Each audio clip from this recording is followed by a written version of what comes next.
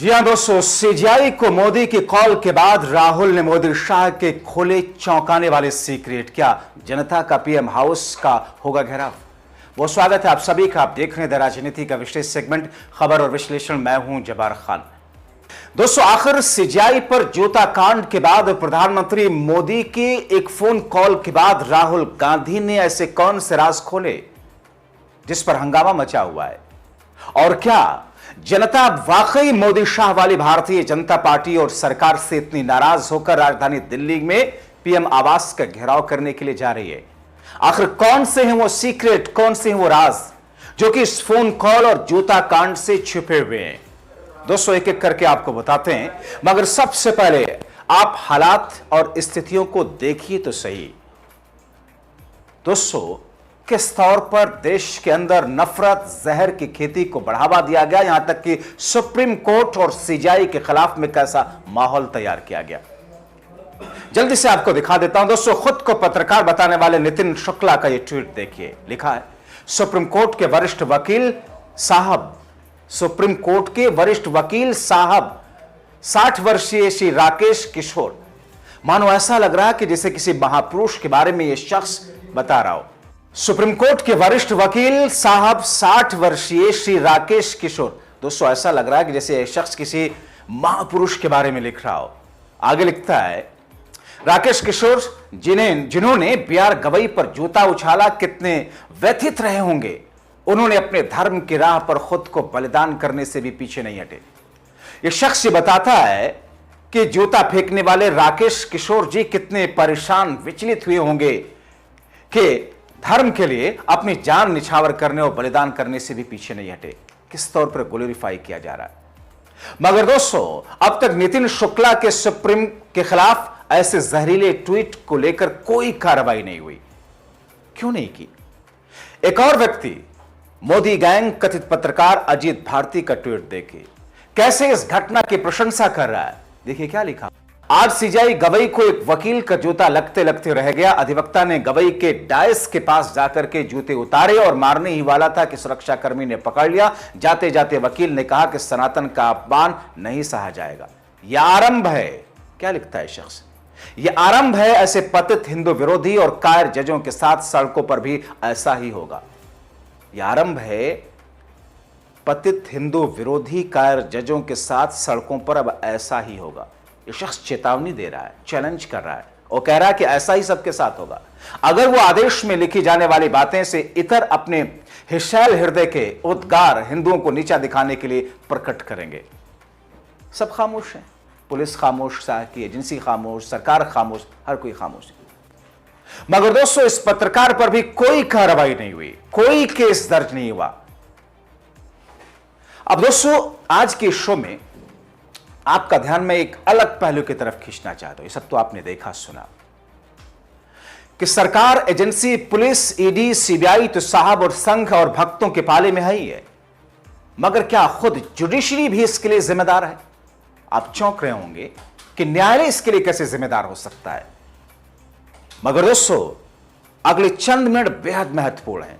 ध्यान से सुनिए और देखते जाइए और खुद फैसला लीजिए कि जुडिशरी कैसे जिम्मेदार है।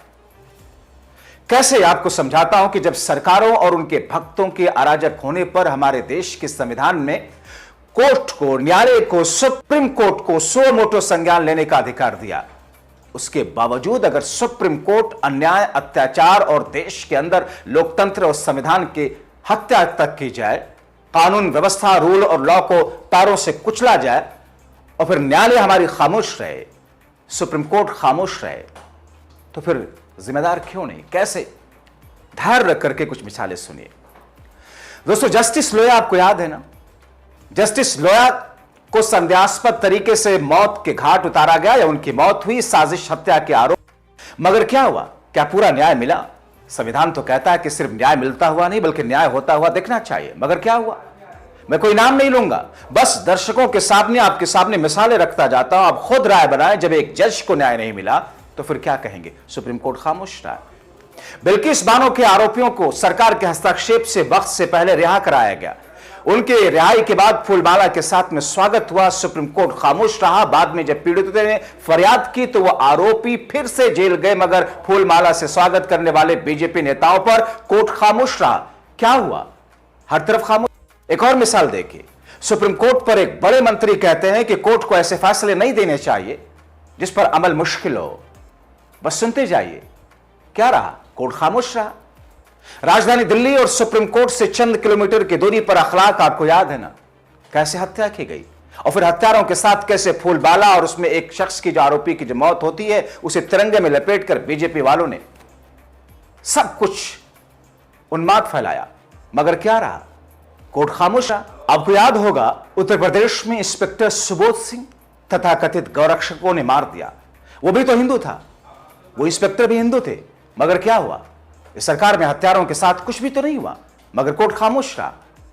बीजेपी के अनुराग ठाकुर, कपिल मिश्रा, याद है ना आपको, उनके भड़काऊ और दंगे वाले बयानों के बाद जब दिल्ली हाई कोर्ट के जस्टिस मुरलीधर ने उन पर एक्शन और कार्रवाई करने का आदेश दिया तो रातों रात क्या हुआ? जस्टिस मुरलीधर के साथ क्या हुआ? रातों रात जस्टिस मुरलीधर आउट कर दिए गए। अनुराग ठाकुर को क्या इनाम मिला? कैबिनेट मंत्रालय मिला। कपिल मिश्रा भी मंत्री है और सुप्रीम कोर्ट इस पर खामोश रहा। कोई सो मोटो नहीं। हाथरस की घटना याद है ना, जब एक पत्रकार ने कवरेज की जिसे सरकार के कलई खोली, जिस शख्स ने उस पत्रकार को राजद्रोह और एनएसए लगा करके जेल में सड़ा दिया गया। क्या रहा? सुप्रीम कोर्ट खामोश रहा ना, अदालतें खामोश रही नहीं। और सुनिए, महाराष्ट्र की सरकार, जिसे भारतीय जनता पार्टी ने ऑपरेशन लोटस के जरिए महागठबंधन की सरकार को गिराया, सरकार बनाया, उस पर उस वक्त के सीजीआई चंद्रचूड़ क्या कहे थे कि यह सरकार अवैध है, यानी कि मोदी और शाह ने जो सरकार बनाई महाराष्ट्र में वो अवैध है। मगर किया क्या? कुछ भी तो नहीं। सुप्रीम कोर्ट खामोश रहा। और सुनिए, ऑपरेशन सिंदूर में कर्नल सोफिया कुरैशी को एक मंत्री आतंकियों की बहन बताता है, मगर क्या हुआ? कोई कार्रवाई नहीं। वो शख्स मंत्री पद लिए हुए बैठा है, कोर्ट खामोश है। मगर दूसरी तरफ जब एक अल्पसंख्यक समाज के शख्स ने जब मोदी सरकार को आईना दिखाया कि आपने कर्नल सोफिया और व्यामिका सिंह को जो साथ लाकर के संदेश देने की सौहार्द की कोशिश की है, यह जमीन पर हर जगह दिखना भी चाहिए। आगे क्या हुआ? उस शख्स के खिलाफ में एफआईआर दर्ज कराएगी, उसको गिरफ्तार कराया गया, जेल में ठूसा गया और उसके खिलाफ में सब कुछ हुआ। मगर दूसरी तरफ उन्मादी गैंग वालों के लोगों के साथ में कुछ नहीं हुआ। सुप्रीम कोर्ट खामोश रहा। दोस्तों, चीफ जस्टिस संजीव खन्ना के बारे में मोदी शाह के नजदीकी निशिकांत दुबे ने कहा था कि देश में गृह युद्ध के लिए चीफ जस्टिस जिम्मेदार हैं, संजीव खन्ना जिम्मेदार हैं। मगर क्या हुआ? मोदी शाह के चहेते निशिकांत दुबे के खिलाफ कुछ भी तो नहीं हुआ। कोर्ट खामोश रहा। कोई सो मोटो नहीं। गांधी जी के पुतले पर गोलियां किसने चलाई? इसी विचारधारा के महान लोगों ने। मगर क्या हुआ? सरकार तो सहयोग करती है ऐसे लोगों को। वो तो गोडसेवादी होने पर गोडसे के लिए कई सरकार से जुड़े कई सारे लोग महिमा मंडन करते हैं। मगर क्या हुआ? कोर्ट खामोश रहा। सुप्रीम कोर्ट खामोश रहा। गोधरा के दंगे मामले में और मालेगांव के ब्लास्ट में सबूतों के अभाव में छोड़ दिए गए आरोपी संजीव भट्ट कितने वर्षों से जेल में दूसरी तरफ बंद हैं, सड़ रहे हैं। मगर दोस्तों क्या हुआ? कुछ भी तो नहीं। देश के हर छोटे बड़े चुनाव में सांप्रदायिक भाषण अल्पसंख्यकों पर क्या कुछ नहीं कहा जाता। खुद पीएम से लेकर सीएम तक क्या कुछ नहीं कहते। चुनाव आयोग आंखें बंद किए रहता है। सुप्रीम कोर्ट क्या करता है? खामोश रहा। क्या हुआ? कुछ भी तो नहीं। देश में बड़े गोदी मीडिया हाउस हर दिन जहर फैलाते हैं, न्यायपालिका चुप्पी साधे रहता है। सुओ मोटो का अधिकार संविधान ने किस लिए दिया था, मगर न्यायपालिका क्या करता है? चुप्पी। क्या हुआ? कुछ भी तो नहीं। एक तथाकथित न्यूज चैनल का एक बड़ा एंकर दिन रात नाम ले लेकर के अदालत को घसीटता है, जहर की खेती करता है, मगर उसके बावजूद सुप्रीम कोर्ट को उसकी अभिव्यक्ति के अधिकार की याद आती है और सुप्रीम कोर्ट, यही सुप्रीम कोर्ट कहता है कि उसे तत्काल छोड़ दिया जाए। जबकि हाथरस में पत्रकार को एनएसए लगाकर जेल में सड़ा दिया जाता है। कोर्ट उसकी अभिव्यक्ति की आजादी नहीं याद आती। यूपी में स्कूल में मिड डे मील में बच्चों को मिड डे मील में पानी में नमक मिलाकर चावल खिलाया जाता है। जब एक पत्रकार उसे दिखाता है तो उसका हश्र सरकार क्या करती है, मगर कोर्ट आंखें मूंदे रहती है। क्या हुआ? कुछ भी तो नहीं। दोस्तों, सुप्रीम कोर्ट के, इसी सुप्रीम कोर्ट के एक ऐसे भी चीफ जस्टिस रहे जिस पर सुप्रीम कोर्ट की एक महिला कर्मचारी ने दुराचार को आरोप लगाया और वही चीफ जस्टिस रंजन गोगोई जजेस के पैनल में खुद को रख लेते हैं और खुद को क्लीन चिट दे देते हैं, अयोध्या का फैसला देते हैं। और यही मोदी सरकार उनके उस फैसले के बाद रिटायर होते ही उन्हें राज्यसभा में सांसद बना करके भेज देती है। क्या हुआ? सुप्रीम कोर्ट खामोश रहा। हाईकोर्ट के जस्टिस शेखर विश्व हिंदू परिषद के कार्यक्रम में जाकर कहता है कि देश हिंदुओं के हिसाब से चलेगा, मुस्लिम बच्चों को तो दंगाई बनाया जाता है, मगर सुप्रीम कोर्ट खामोश रहा। क्या कार्रवाई हुई? कुछ भी तो नहीं। दोस्तों, सुप्रीम कोर्ट को संविधान ने न्यायालय को, अदालतों को सो मोटो स्वतः संज्ञान लेने का अधिकार दिया है कि देश के अंदर जब जब असमानता बढ़ती जाए समूहों के बीच में, देश के अंदर जब रूल ऑफ लॉ का हनन किया जाए, जब लोकतांत्रिक मूल्यों को कुचला जाए, जब संवैधानिक मूल्यों का, संवैधानिक अधिकारों का हनन किया जाए, तो अदालतें उस पर सो मोटो संज्ञान लें। मगर अदालतें खामोश रहती हैं, अदालतें खामोश रहती हैं। अयोध्या के मामले पर फैसला देने वाला चंद्रचूड़ ये कहता है बाद में रिटायर होने के बाद कि दोस्तों फैसले में कुछ और कहा उस शख्स ने कि साहब वहां तो कोई मंदिर था ही नहीं, मंदिर तोड़कर मस्जिद नहीं बनाया गया। बाद में आकर कहता है कि मंदिर तोड़कर मस्जिद बनाया गया। इस शख्स को क्या चुनाव लड़ना है? ये सारी की सारी चीजें न्यायालय किस तौर पर आंखें बंद किए रहता है।